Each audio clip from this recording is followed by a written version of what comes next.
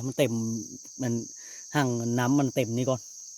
ถ้ามันมีเต็มนี่คือว่าเต็มเลยนะน้ำเนี่ยยังถึงบักละลายอยู่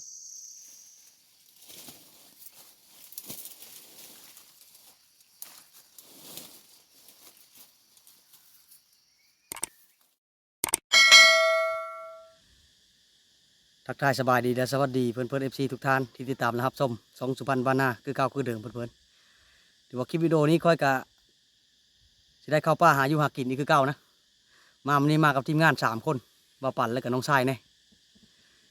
ที่ขึ้นเลาะป่าทำพุทธแล้วค่อยกะมาฮอดบอลโฮยินขันนี่บอลบอลหินนี่เลยกะทาบ่าวปั่นเพิ่นมาหลังเพิ่นว่าแต่จากเพิ่นที่ฮอดซื้อแล้วเอาก่อนรับชมวิดีโอนี้กะฝากเพื่อนๆ FC กดไลค์กดแชร์กดติดตามเด้อเพื่อเป็นแห้งอกแห้งใจในการเฮ็ดคลิปวิดีโอปานกันเลยได้เพิ่นนี่ต่อทาบ่ปั่นเลยน้ำกะฝนตกเสื้อไหมนะมื้อเช้านี่ฝนตกกะพอดีดินล่ายอย่างเลยก็ลุ้นไปน้ำเดเด้อมื้อนี้ว่าสิได้อย่างนี้อาหารการอยู่การกินของค่อยและทีมงานกะบ่ปั่นเพิ่นกะกายแล้วได้เพิ่นค่อยก็สิได้ลายหลังเลยนะไปลุยไปดูกันเลยวันนี้ทีมงานเฮาก็มาฮอดบอลแล้วก็สิได้แต่งอยู่เขากินคือเก่าเพิ่นได้เรื่องหาก็กินข้าวมื้อนี้นกโอ้นกปลิว3 ตัวโลดมาปั่นเพิ่นว่ากำลังเฮ็ดเร็วเฮ้ยยิงกันได้ตัวห้องซื้อห้องเซอร์ตัวก็เลยเสียคนเสกีมาแล้วแหละเอ้าช่วยเพิ่นว่าฝักโคนกปลิว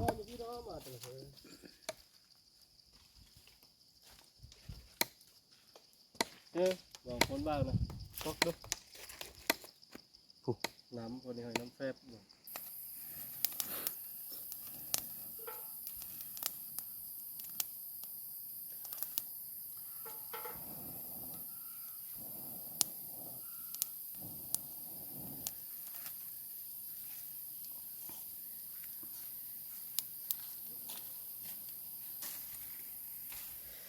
ทีมงานเฮาก็สิได้เสิร์ฟพักแต่บัดนี้นะ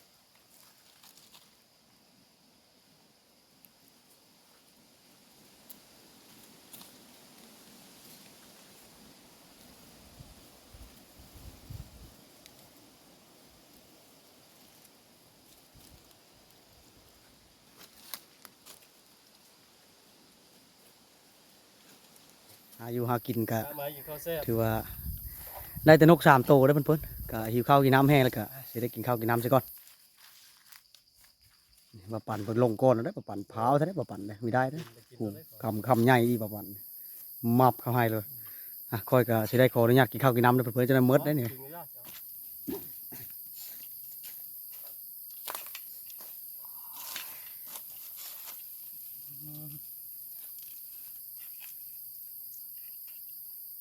รถไถมันรักโยมไม้หน้าโต๊ะ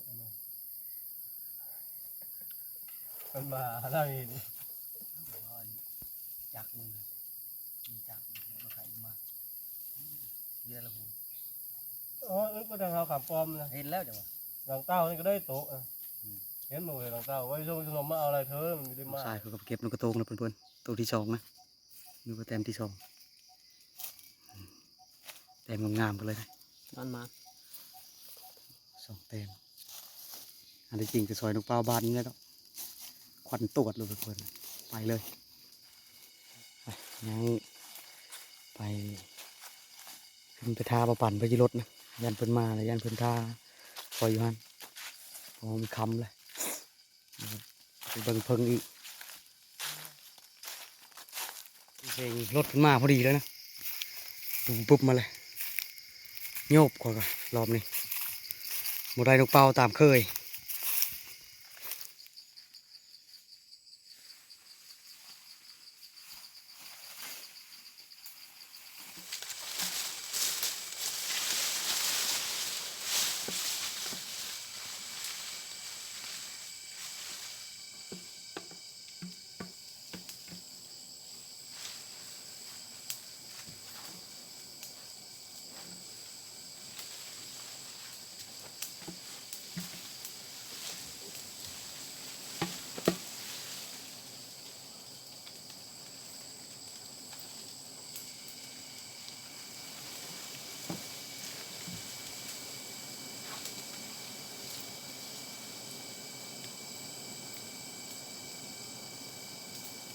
โอ้ลงพัดไปอยู่ในพัดเลย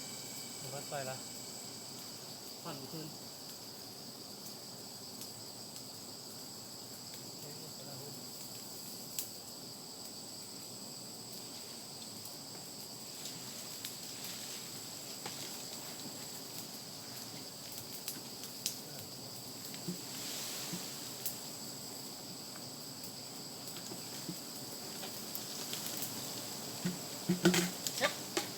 ปั้นตุ๊กเอามาให้เขาเลย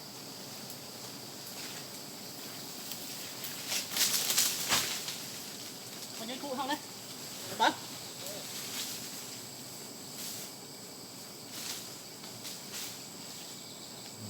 บอกทางมาถือว่าไปทุกรถคู่มาเขาเด็ดไปหมดเด็ดบ้านถือมาสิ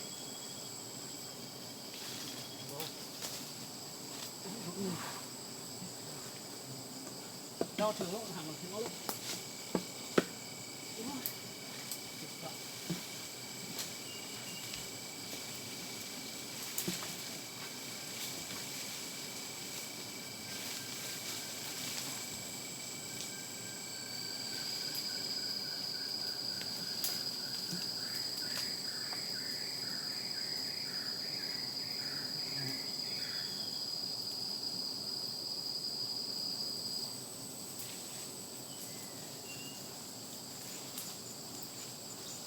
ไปหมดขึ้นนะปั้น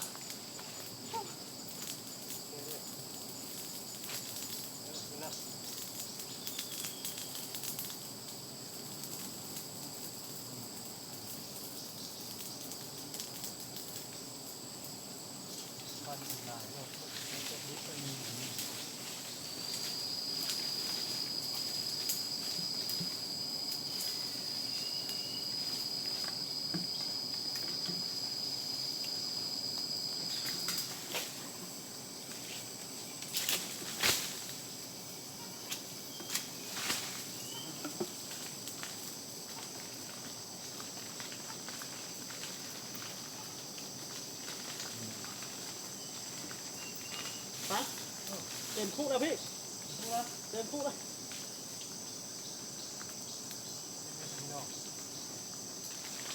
ทั้งหลายทุกคนอ่ะ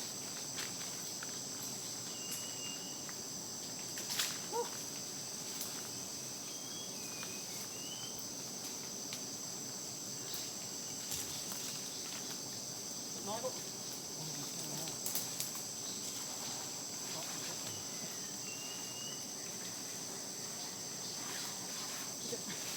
เอาคู่ได้เห็นปะ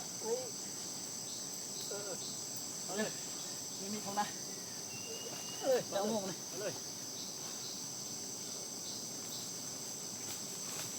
เห็นบ่มีนะเขาไม่ได้พูดเดี๋ยวมดซ้ำ ถือว่าเต็มคู่น้อยนะอยู่เทึงก็ยังหลายเลยเนาะคอยช่องเบิ่มกันนี้ยังบริหลายอยู่ได้ระดับ2-3 แก้มร้อย กว่าอยู่แล้วเป็นลิตรเขาจะ น่ะ ลายได้ ยังหลาย ใหญ่คู่น้อยเขาได้ คุณน้อย ขึ้นเอาอีกก็ขึ้นไม่ได้ใช่ไหมเนาะ โอ้คนจะไปลองขนาดเราดังไฟเชนึงเขายังไม่กล้าเลย เอาตัวนี้เอาเนี่ยทำเนี่ยเอาน้ำมันยังเยอะตัวนี้เลย หั่งมันนี่ บอกขี้ย้อนมันจะ น้อยมันนี่ หาบน้ำล่ะ น้ำเลย น้องกับแป๊ะเทิงก็ได้นี่ฮักเอาคันนี้เชื่อก็ได้ป้าแล้วก็ได้ป้าเทิงแล้วก็ได้ มาแล้วเนาะป้าปันเนาะ โอ้มาแล้วได้อันเพิ่งใหญ่แล้วรอบนี้ เอากลับไปบอลพักบอลเช้าพูดดีว่าเฮ้ย เออ ไปลุยดูกันกลับดูกันเลยมันจะว้าวทีมงานเฮาก็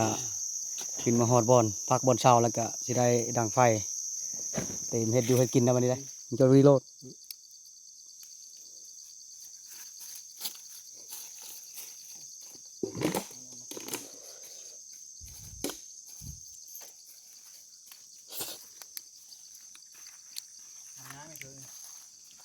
เป้าน่ะมีตาย โอ้ยก็ตบเลย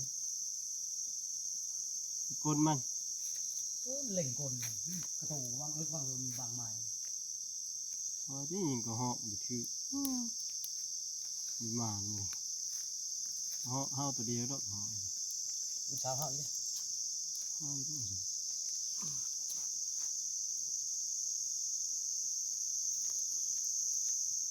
ฝดคักฝดแหน่ได้บัดนี้ได้ นะคอยจะสิได้ซีเบิ่งรสชาติก่อนนะมันสิแซ่บบ่เนี่ยเลยล่ะ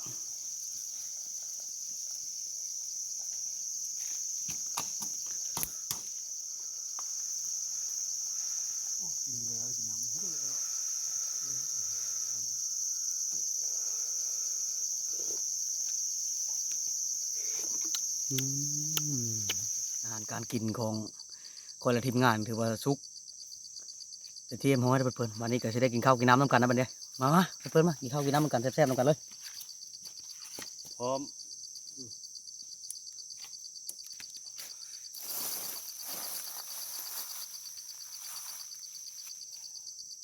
เมนูหลักของช่องก็คือครับ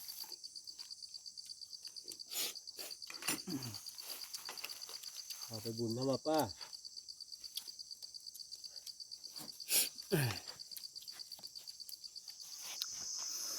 กินข้าวกินน้ำอิ่มแล้วก็คอยกับทีมงานก็สิได้ปั่นน้ำเพิ่งอะไรเนี่ย เป็นหม้อในปัน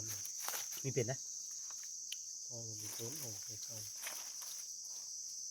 ปันใช่ใช่ปันจะพูดนะปันจะพูดละห้าสิบตุ๊ก ไปพูดยังที่ท ไม่ได้ล้างเองเนาะ ำนะ เข้มข้นเพิ่งสดเพิ่งเดินห้า สูงเติมมาให้50 เมตร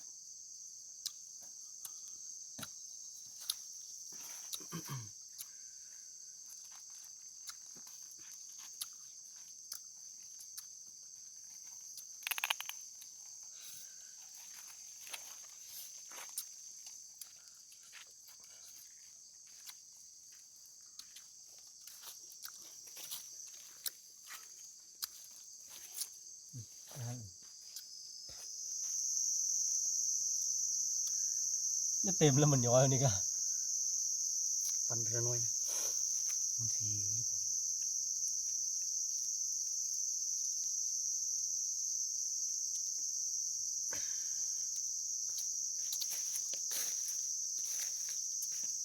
เจ็ดจะทรงพระเจ้าอีแล้วนะเจ็ดจะเจอตัวนี้ละ เดี๋ยวนะมันงามจื้อมาเอามันยังสดใจ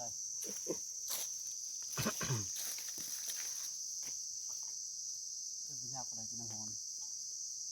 ต้มก่อนโอ้โห เพิ่นถือว่าหลายเติมนะจนจะเต็มเอามีเมิดนี่ก็ได้มันเต็มมันห่างน้ำมันเต็มนี่ก่อนถ้ามันมีเต็มนี่สิว่าเต็มเลยนะน้ำเนี่ยยังเทิงบักหลายๆอยู่บัดนี้ก็สิได้ตอง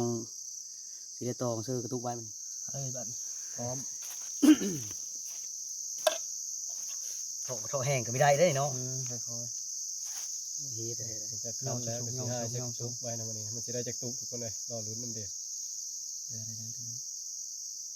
ช้า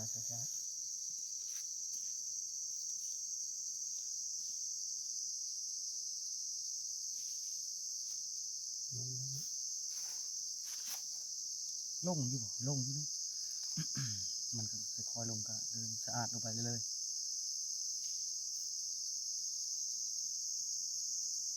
กระตุกห้างบ่มีปัญหาเลยเนาะล้อก็ไม่ได้อีก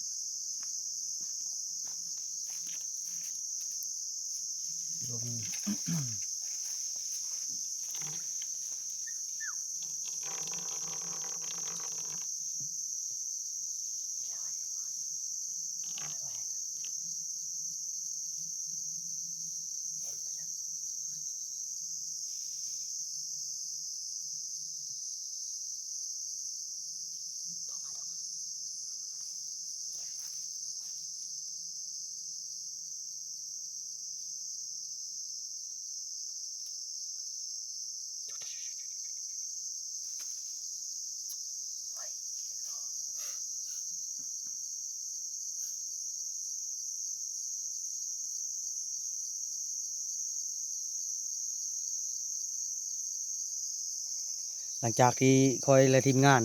ได้ปั่นน้ำผึ้งหรือว่าตองน้ำผึ้งแน่แล้วเรียบร้อยถือว่าได้2 ตุกกับเกือบครึ่งก็คิดไลฟ์มันนี่ก็ประมาณ3 ลิตรปลายนะ ต้มก็ได้ ต้ม มาต้ม 3 ลิตรปลาย เอาไป ถือว่าได้แล้ว ให้มันเย็นเลย พ พิ่งมันจะฟูอยู่ บ่ นะมัน ไฟก็มีแต่หมอดเนาะควันกุม แกงแบบ เขาก็สิได้เอาไว้แล้วก็สิได้ไปหาเลาะการก่อนกับบ่บันเพิ่นก็มาฮอดกงไห้กเก่าแล้วเพิ่นกงไห้ก็มาให้หมดแล้วนะแต่แรงวานนี่ค่อยเห็นนกเฮาอยู่ค่อยสอยนกเป้าก็ไม่ถือลมเย็นนิ่งไปเลยมีแต่ลุ้นไปทำกันนะเพิ่นๆเด้อว่าค่อยสิได้สอยจังได๋รอบนี้ค่อยกับบ่ปันก็มาบ่ปันเพิ่นไปจอกไก่แล้วค่อยทาอยู่กกไห้นี่แต่ค่อยย้ายงามาอยู่งานนี่ก็ยังบ่ทันได้แจ้งเพิ่นนะเพราะว่าเวลานี่ก็ตีห้านะพอดีตีห้าตรงเลยรอลุ้นกัน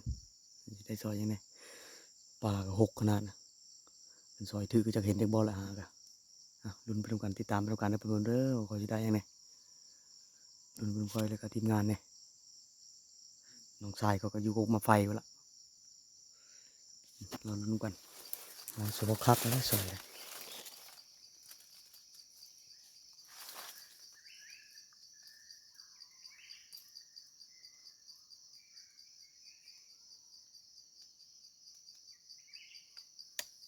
จะค้างอยู่เลย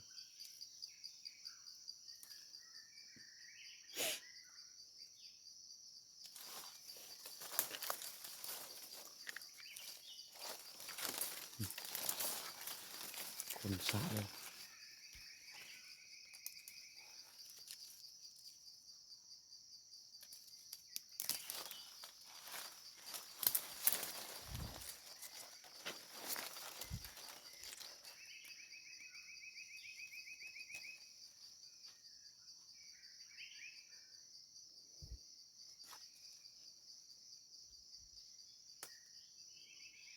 แจ้งไปถึงหางไหม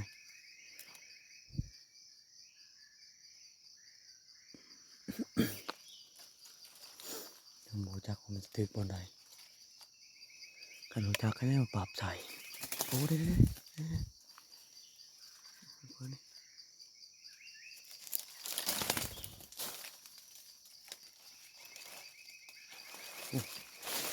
่ขออนุญาตรับเลยเปิดได้แต่มันตัวนั้นยังก็สอยนกเป่าลงแล้วตัวนึงกับนกกระแทกไปเพื่อนๆไปหาน้ำกันว่าก็จะเห็นหรือบอลหกทำอีกได้ว่าจะลินบปั่นหรือบปั่นเขาไปหาเพิ่นว่ามาค่อยๆเขาหาอีกบปั่นเฮ็ดก็แล้วเพิ่นบปั่นเป็นว่าค่อยซอยลงหกเพิ่นว่ากูยโอ้ยน้ำ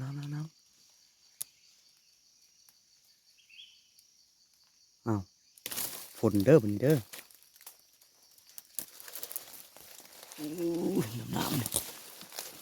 น้ำนี่โอ้เพื่อนๆเห็นแล้วนี่นะลงอีกคักไปเลยนะหกเลยโอ้สิได้ไล่เอาแล้วนี่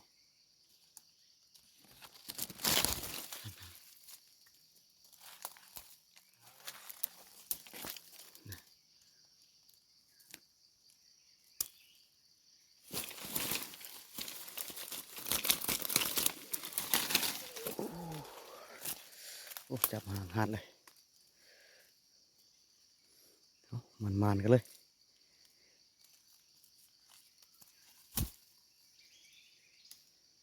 เป่า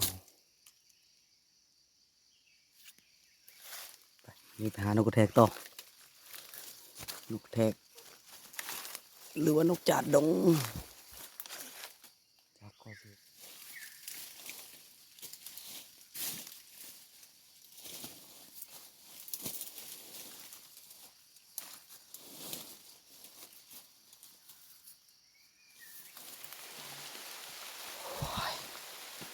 ฝนก็ตกมา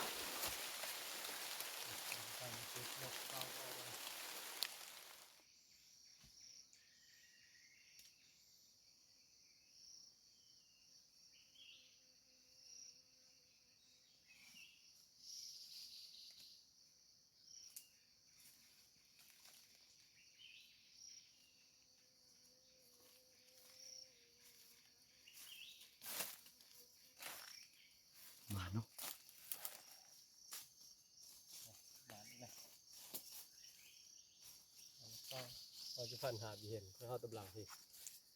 ตาบิลักมาสุพรรณ ดูว่าเวลาก็สายแล้วนะเพิ่น9 โมงยังละคอยระบาปันก็สิได้ออกไปหารถพุ่นแหละ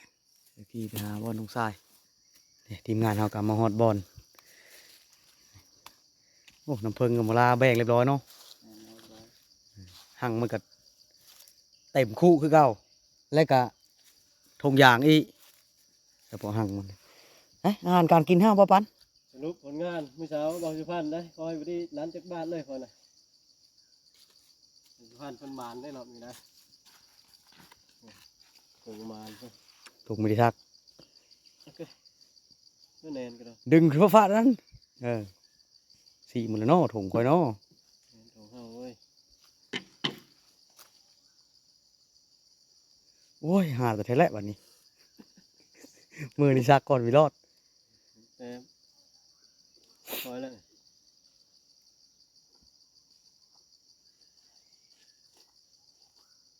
สองแต้ม ไล่ได้ว่าแล้วนะท่านนี้ด้วย หันปีเลย หันปีมันไปไม่ได้นะพูตีนมันพูหันปีนกเป่า แต้มสองแต้ม ตัวขึ้นในเลิศ สามแต้ม ซอยนกปลิวเยาะบ่ปั่นเพื่อไปหาเก็บโอ้จมอุ้มโลด มีเล็กโต หลายได้เหรอ ยิ่ง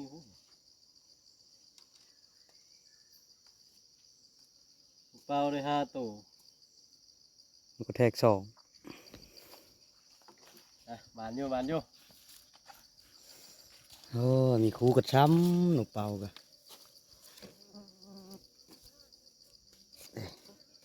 นี่ก็น้ำอ้อยหน้านี่ก็อยู่นี่แล้วเนาะ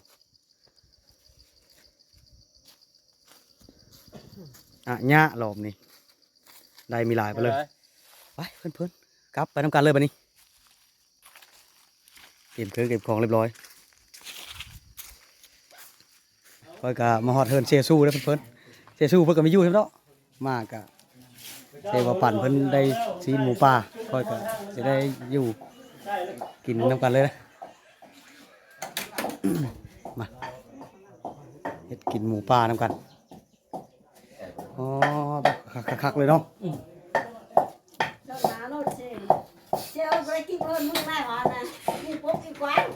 มีสัญญาณโทรศัพท์โทรหาเหมือนกันซอยๆคักเลยนะรอบนี้สีหมูป่าขาหนึ่งเลยนี่เนาะ ขาละ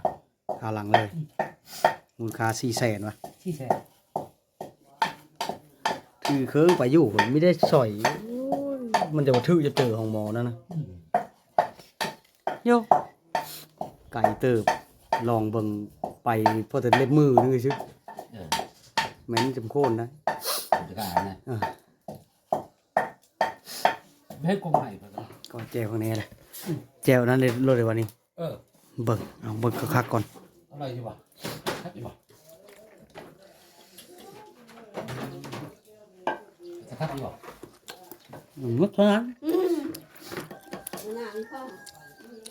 ว่าเนาะสำนักรถทุกอย่างพอ กินแค่ถือว่าสำเร็จไปทีมฮ้อยเลย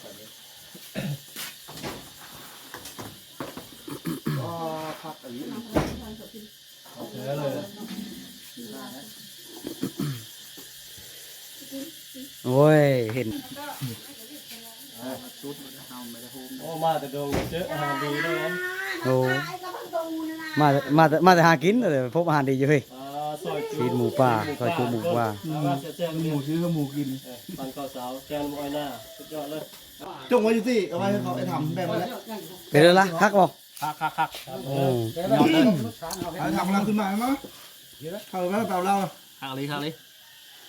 ฉันพกกระแดงอยู่เอิญมาเลยเพราะเอิญมาได้ป่ะ สุดยอดเลย ไปรถเดี๋ยวไว้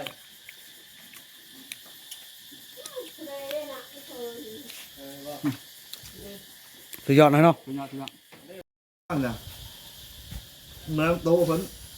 เชี่ยมากว่ะกูซื้อมึงกินมา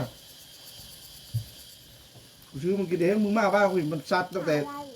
บ้านจับสันที่ฮอดเพื่อนฮอดทับมันเหตุ นี่แซ่บๆนี่คำเยอะๆเลย มา ชิ้นหมูป่าชุดยอดนี่แล้ว มีน้ำแซ่บกับชิ้นหมูป่าผมมีแล้วชิ้นฟ้าน ป้าอยู่ใกล้ๆนะ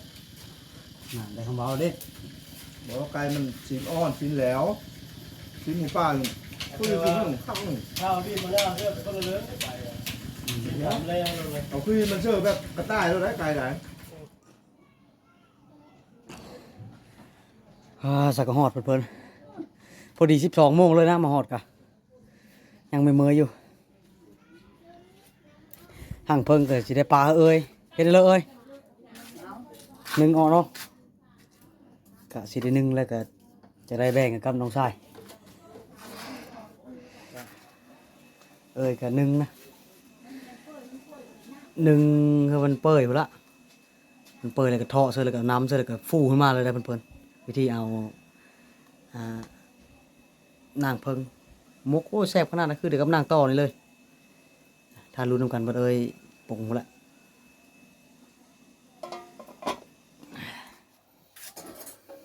อ๋อต้องหัวหน่อยเลยได้ทีแล้วเนาะ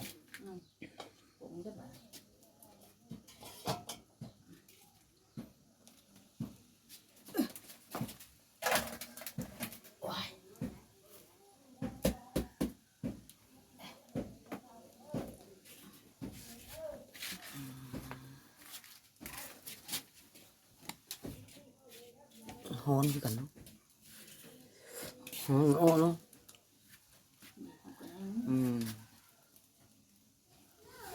เพิ่นก็กลับมาฮอดเทินฮอดชาแล้วนะมาฮอดแล้วก็น้องมุกก็มาฮับแล้วก็